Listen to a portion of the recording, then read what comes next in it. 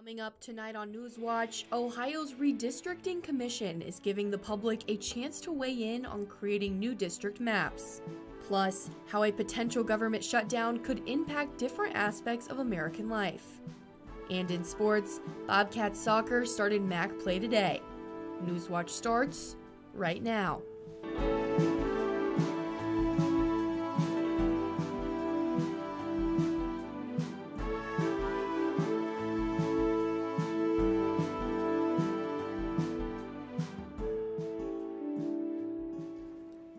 Good evening, I'm Morgan Anderson. Thanks for joining us tonight on Newswatch, your source for news impacting southeastern Ohio. After a series of delays, the Ohio Redistricting Commission is set to hold 3 public hearings next week. Democrat House Minority Leader Allison Russo and Senate Minority Leader Nikki Antonio say this time frame isn't long enough for the public to comment. Russo and Antonio want to submit 2 working maps that they say was made with Ohioans in mind. Republican Secretary of State Frank LaRose says the sooner the better and wants one final map at the end of the process. The panel approved legislative maps from Republican Senator Rob McCauley for review during the public hearings. President Joe Biden has ordered a federal coordinator to oversee long-term recovery efforts in East Palestine, following a train derailment involving toxic chemicals earlier this year. In the executive order, FEMA is tasked with appointing the federal coordinator. Part of the role will be to conduct a comprehensive assessment of any needs not addressed by Norfolk Southern. The February train crash sent poisonous fumes across East Palestine, temporarily displacing residents and killing thousands of fish. In addition, the EPA will continue to oversee removal and disposal of toxic waste from the site and provide a report to the resident within the next 30 days. The Department of Health and Human Services and Transportation will also provide reports on the response in the next 60 days.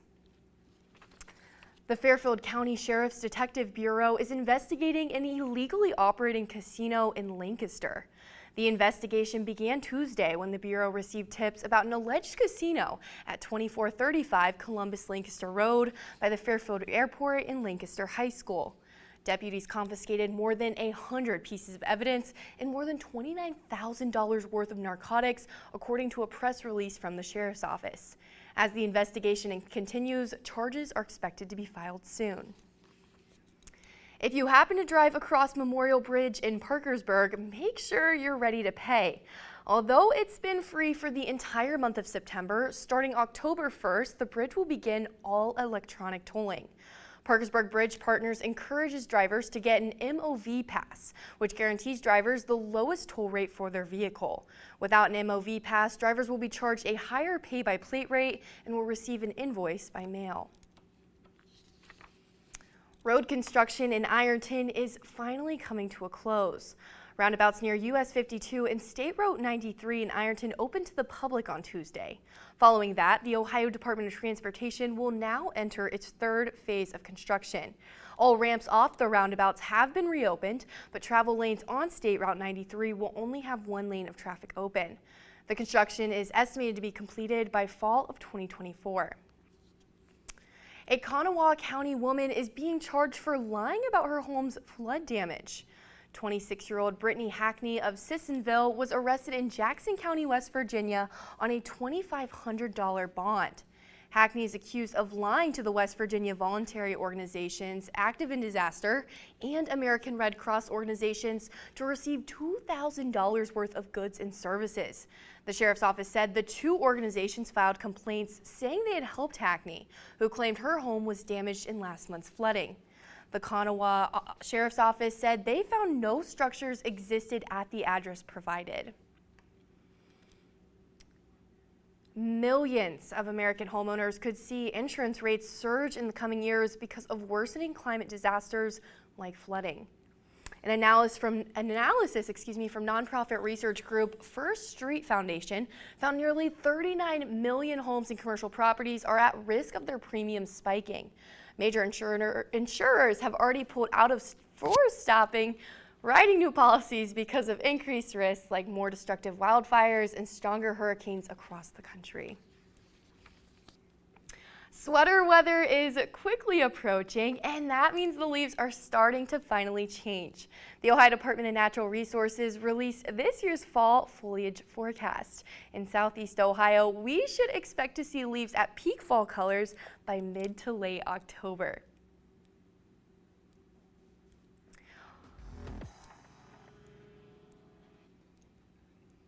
Taking a look outside College Green here in Athens, it's beautiful. We can see leaves are still green and full, but beginning the process I mentioned.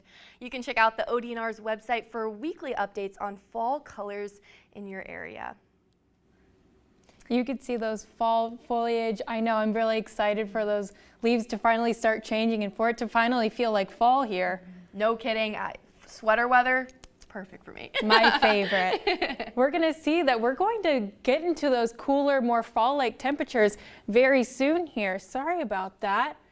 We're going to see that today, that temperature high was in 81, but I'm excited for it to cool down, and we'll get into that. That temperature low tonight, we're going to see that at about 54. Going into those last 24 hours, you could see that now that it's going into more fall, those temperatures really dip at night, and once the sun comes up, I know it didn't get into the 80s until about 4 o'clock today, but I'm hoping that you got out there, you got to enjoy those high temperatures. Currently out there, we're at 81 degrees.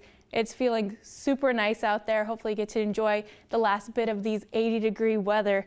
You can see that in this radar, we had nothing to worry about here in Athens. The only thing on this radar that I'm seeing is just something in Pittsburgh and a little bit in Cincinnati. But other than that, here it's been very pleasurable in Athens. Later on, I'm going to go into how this might be the last look at in the 80-degree weather. Now let's take it back to Morgan. Thanks, Isabel. We're 1 week into the auto workers strike. What that looks like is coming up next.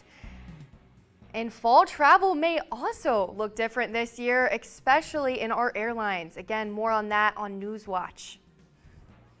And like I said, this might be the last look at those 80-degree temperatures. And we're also going to take a look at what's happening on the East Coast, back when we're on Newswatch.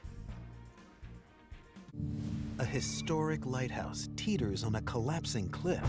The result would be disastrous. Open the valve! A team of elite engineers wages an epic battle to move it. Move the whole thing at once. Safely inland, fighting deadly storms and crumbling walls. Can they save it before time runs out? Operation Lighthouse Rescue on Nova. Wednesday at 9 on WOUB. Over 200 local newsrooms, over 3,600 journalists, a community of 300 million Americans. The NPR network is listener-supported, independent journalism in communities around the country. It amplifies more voices, more Americas, and takes all of us on new journeys. It takes all of us closer to home. It takes all of us.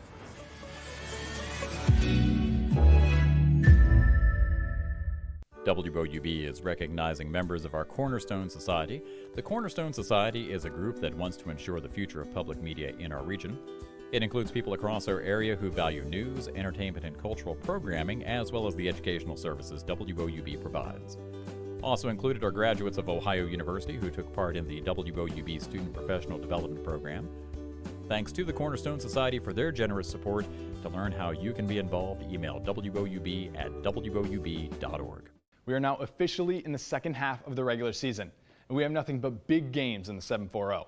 Conference title races are heating up, and we'll be there to cover it all, on the field and off. Leading up to Friday, though, check out all our pregame huddle digital segments on our socials, and be sure to check in with all Gridiron Glory's social medias from Facebook, Twitter, Instagram, TikTok, and the WOUB PBS YouTube channel. But we'll see you Friday night at 11:30, because remember, there's nothing better than Friday nights and Gridiron Glory.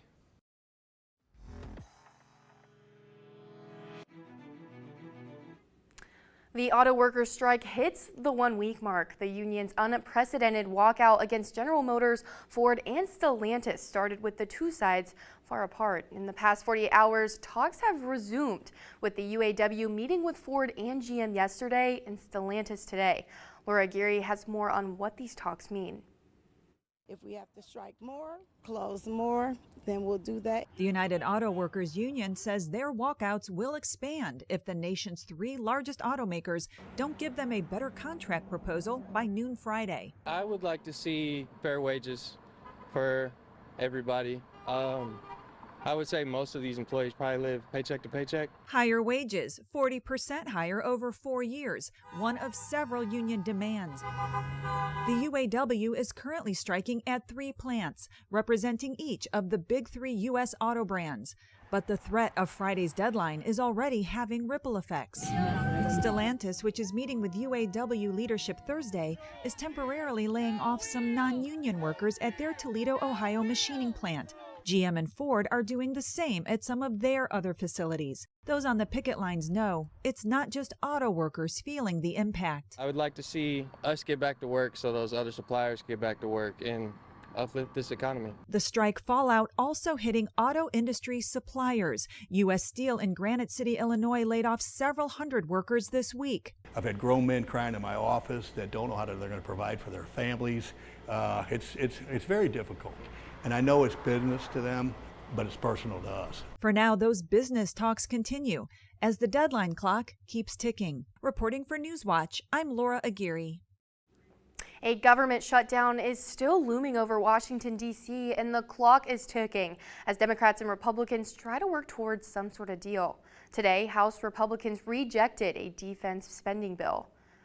House lawmakers decided against a rule that would have allowed debate on the bill. Speaker Kevin McCarthy appeared frustrated after the vote, slamming Republicans who want to, quote, burn the place down, end quote.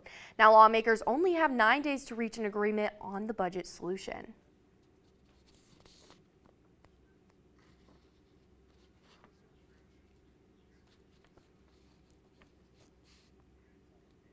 And then from here, we're going to take another look at our weather with Isabel and what those fall temperatures can look like. Isabel, what's cooking? Well, for Athens today, we're not looking too fall-like, but I'm excited to get into those temperatures going into the week. Looking at today, again, that temperature high 81. We actually broke that. We got into the lower 80s. 83 was our highest for today. And looking at the temperatures tonight, if you're heading outside, make sure to need a little bit of a bundle up, maybe a sweater on there, just to get that overnight low going of about 54. Those mostly clear skies are going to feel real nice out there, and you're going to be able to see all the stars and kind of feel like fall for a little bit. Athens here, this is the radar, looking very clear, very pleasurable. Nothing really happening rain-wise in Athens. Tomorrow, we're going to stick to these 80-degree temperatures and mostly sunny skies. That temperature high tomorrow at 80 and that temperature low of 51. We can see that this high pressure has been lingering over Ohio, and it's just been keeping these nice temperatures and these nice clear skies here. We've had those few clouds, but other than that, it's been very pleasurable. Other than that, in Ohio, we've been nice. And all around us, there's kind of this low pressure that's happening, and especially on the east mid-Atlantic coast, it is going to be going a little crazy this weekend. You can see over in Chicago, this is where this kind of system has been sprinkling here and there for a long time, for this ongoing week. But here in Ohio, it's not going to be affecting us much. Looking into tomorrow, this kind of line of high pressure is going to be sticking there. But on the East Coast, this is whenever this tropical cyclone is having its moment there. It's Tropical Cyclone 16, and it's going to be bringing a lot of rain and a lot of storm surges and flooding to the East Coast. Any kind of part of North Carolina, Virginia, especially as we go into tomorrow night, it's going to keep on lingering there and just bringing even worse and worse weather. Looking at Saturday, that's whenever it's going to be hitting the worst. Looking at Athens here, though, we're going to be staying mostly cloudy, but very nice temperatures out there. Friday is probably our last chance of those 80-degree temperatures for the year, which is kind of sad to say, but I'm excited for that sweater weather. Looking at Saturdays, we're going to have a little bit of a cool down with that high temperature of 73 and that low temperature of 49. Looking at Sunday, those partly sunny skies, and with that high of 75.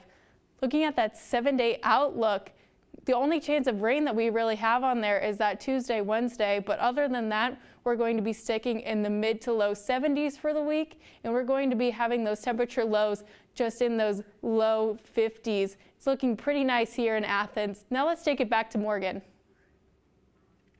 Thanks, Isabel.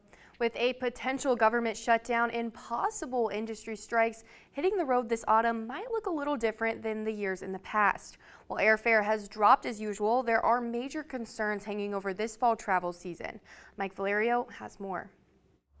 Fall is here, and with it usually comes ideal travel conditions. Flights and gas are typically cheaper and airports less crowded. September and October marks a time when most students go back to school. Folks head back to regular work schedules after a more flexible summer. This year, however, could look very different. Gas prices reached record highs this week, and the national average remains above $3.85, according to AAA. The good news, according to an expert from the travel app Hopper, autumn airfares are 9% less expensive than last year and 10% cheaper than in 2019. This is in part due to higher capacity on the airline side and the opening of international demand this summer. But that higher capacity could hit a snag. Contract negotiations continue with flight attendants at 4 major airlines as they inch closer to potential strikes. The looming government shutdown could also cause major travel headaches. TSA officers would have to work without pay, threatening delays across the country. It would also halt training on new air traffic controllers at a time when they're already struggling with staff shortages. A government shutdown would stop us in our tracks. It would stop training at just the moment when we're finally trending positive again. In Los Angeles, I'm Mike Valerio. Today in Washington, Ukrainian President Volodymyr Zelensky visits as he pushes for more support in the war against Russia. But his visit comes amid budget negotiations on a divided Capitol Hill that could threaten military aid for Ukraine. Amanda Sansoni is in Washington with the latest. Ukraine attacked overnight, enduring a barrage of fresh missile strikes launched by Russia, some targeting energy facilities for the first time in months, underscoring the urgency of Ukrainian President Volodymyr Zelensky's visit to Washington Thursday as he makes his case for more assistance. Today I'm in Washington to strengthen our coalition to defend Ukrainian children, our families, our homes, freedom and democracy. President Joe Biden unveiling a new package of military assistance in his meeting with Zelensky. We supported just and lasting peace, one that respects Ukrainian sovereignty and its territorial integrity. While the aid has bipartisan support in the Senate, I'm totally committed to support Ukraine until we win this war. It's an investment in our own direct interests. the entreaty for relief comes amid a bitter government funding fight in the House, where Republicans are sharply divided on a number of issues, including Ukraine. There's no money in the House right now for Ukraine. House Speaker Kevin McCarthy refusing to pledge more funds as he faces a rebellion from GOP hardliners. Is Zelensky elected to Congress? Is he our president? I don't think I have to commit anything. The U.S. federal government is poised to shut down by the end of the month if Congress can't reach a budget deal, which could be detrimental to Ukraine's war efforts, disrupting the flow of financial and weapons assistance, as well as critical training for Ukrainian troops. The message and need, according to Senate Majority Leader Chuck Schumer, is clear. Mr. Zelensky said, if we don't get the aid, we will lose the war. That's a quote from him. In Washington, I'm Amanda Sansoni. Watch Ohio women's soccer starts MAC play today. And for the latest from Newswatch, check us out on Instagram, Twitter, and YouTube. We are now officially in the second half of the regular season, and we have nothing but big games in the 7-4-0. Conference title races are heating up, and we'll be there to cover it all, on the field and off. Leading up to Friday, though, check out all our pregame huddle digital segments on our socials, and be sure to check in with all Gridiron Glory's social medias from Facebook, Twitter, Instagram, TikTok, and the WOUB PBS YouTube channel. But we'll see you Friday night at 11:30, because remember, there's nothing better than Friday nights and Gridiron Glory. Evolution Earth, ice. Where nature is on the move, showing us changes we can't see on our own. Out there, things aren't what you expect. You'll see. Wednesday at 10 on WOUB.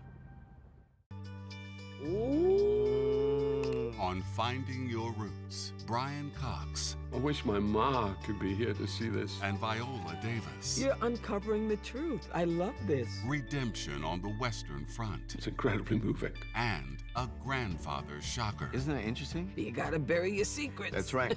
Plus, he's my DNA cousin. Oh my goodness. Tuesday at 8 on WOUB.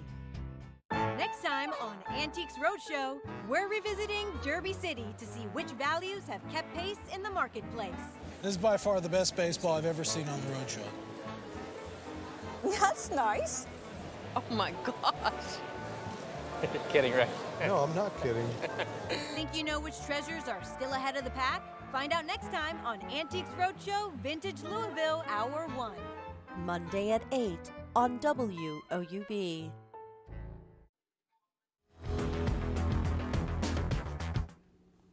Welcome back. I'm Dylan Westmeyer. Ohio soccer stepped onto the pitch against Kent State today to play their earlier opening MAC play after an 11-day break. Ohio hoped for revenge after losing 0-2 in last year's regular season matchup. However, this year they could not get the upper hand as they fell 0-1. Kent State led the box score with 5 shots on goal, coming out with the major momentum. Golden Flash midfielder Elisa Arthur scored in the 9th minute as this carried them off the pitch for the remainder of the match. Ohio now drops to 2-4-2, 0-1 in MAC play, and is winless on the road. The Bobcats will travel to Buffalo on Sunday to take on the Bulls. Moving to another team taking on the Golden Flashes, the field hockey team will make the trip to Kent State tomorrow. The Bobcats are hoping to bounce back in MAC play after dropping an overtime game to Ball State last Friday. OU should be prepared though, as Kent State is at 2-6 on the season, and 3 of those losses are against top 15 opponents. They also took down Central Michigan with a score of 8-0. The weekend doesn't get easier for the Bobcats as they travel to Columbus to take on Ohio State Buckeyes, who sit at 12th in the NCAA polls. The Buckeyes will also be an opponent for the Ohio Bobcats in 2025, but for now, OU will take on Bowling Green on Saturday. The Bobcats travel to Dwight L. Perry Stadium in hopes of starting MAC play off strong. Last season, OU was able to take down the Falcons 38-14 behind C.J. Harris. This year, Curtis Rourke leads the Bobcats offense into the matchup. Tim Albin keyed in on BGSU's tight end, Harold Fannin Jr. The tight end is dynamic now.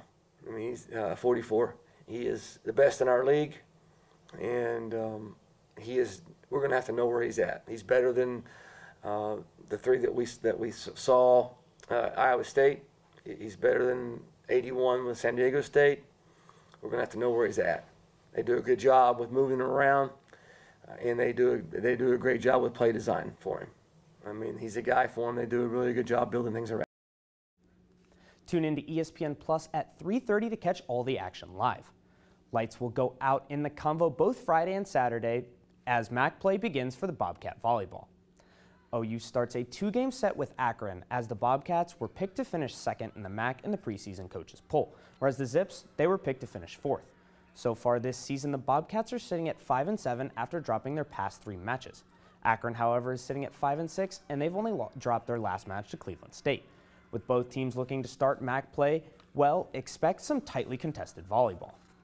Going to the high school level, Trimble hosts Belpre in a TVC Hocking matchup. The Tomcats are hoping to get back on the right foot after taking a 5-set tough loss to Southern on Tuesday. Trimble would need this win in this matchup and some help from Waterford tonight if they hope to keep pace with Southern for the TVC Hocking title.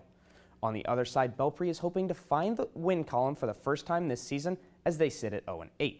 Heading over to the TVC Ohio, Alexander hosts Wellston. The Spartans are coming off a conference win against the Megs Marauders on Tuesday, and with a win, Alexander would keep pace with Vinton County for 2nd place in the TVC Ohio. The Golden Rockets, on the other hand, are coming off a loss to those very Vikings on Tuesday.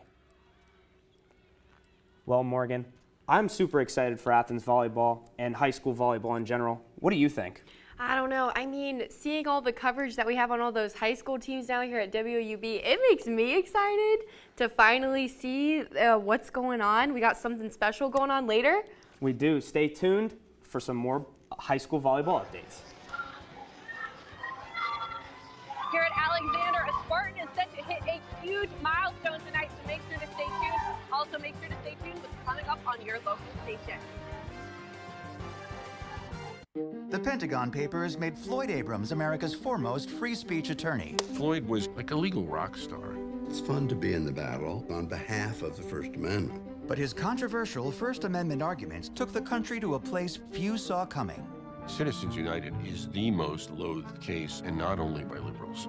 My views of Floyd have become more complicated. It's not poetry, it's law. Friday at 9 on WOUB. Knocking me down, but my heart keeps beating. If you know where you come from, you'll know where you're going. I know a brighter day will come. My lovely city became divided.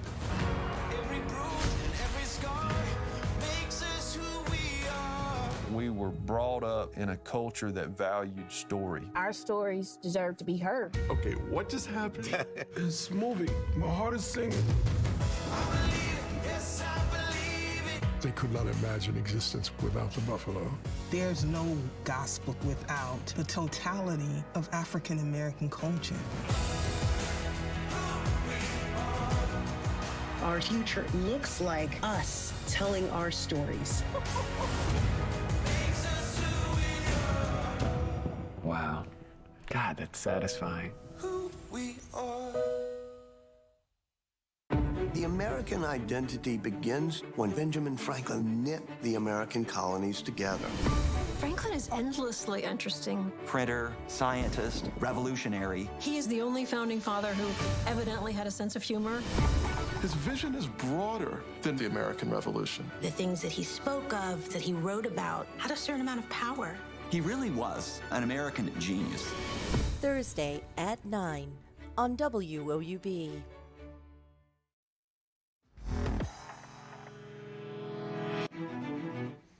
Welcome back to Newswatch. For this kicker, we've got a fun story coming out of Alexander with a Spartan who's just about to make a milestone. We welcome in Haley Hollinger. She has more.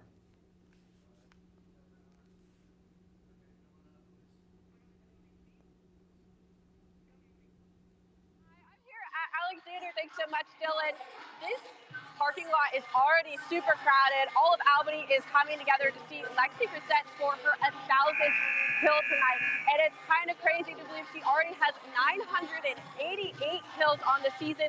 So that means she has 12 more left to score tonight. And everybody is coming together. The team is absolutely riled up. They're over here doing their drills on the sideline, screaming, clapping.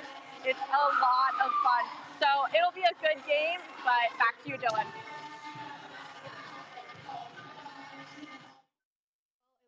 Haley has a fun night of volleyball ahead. Thanks to Dylan and Haley for bringing that coverage. Isabel, though, that fall weather, what do we got one last time? Oh, yeah. For today, we still had those temperatures in the 80s. So right now, currently out there, it's 81 and clear. Going into tonight, it's going to feel on the chillier side with that overnight low of about 54. So if you're heading out there, don't forget a light jacket. Nothing too intense quite yet. Looking at tomorrow, we're going to keep with that same theme with the 80 degrees for that temperature high. And that temperature low is getting a little bit lower for the week. And here's a look at your weekend and for that 7-day. Now let's take it back to the desk. Thanks, Isabel. That does it for our broadcast this evening. For Dylan Westmeyer and Isabel Isco, I'm Morgan Anderson.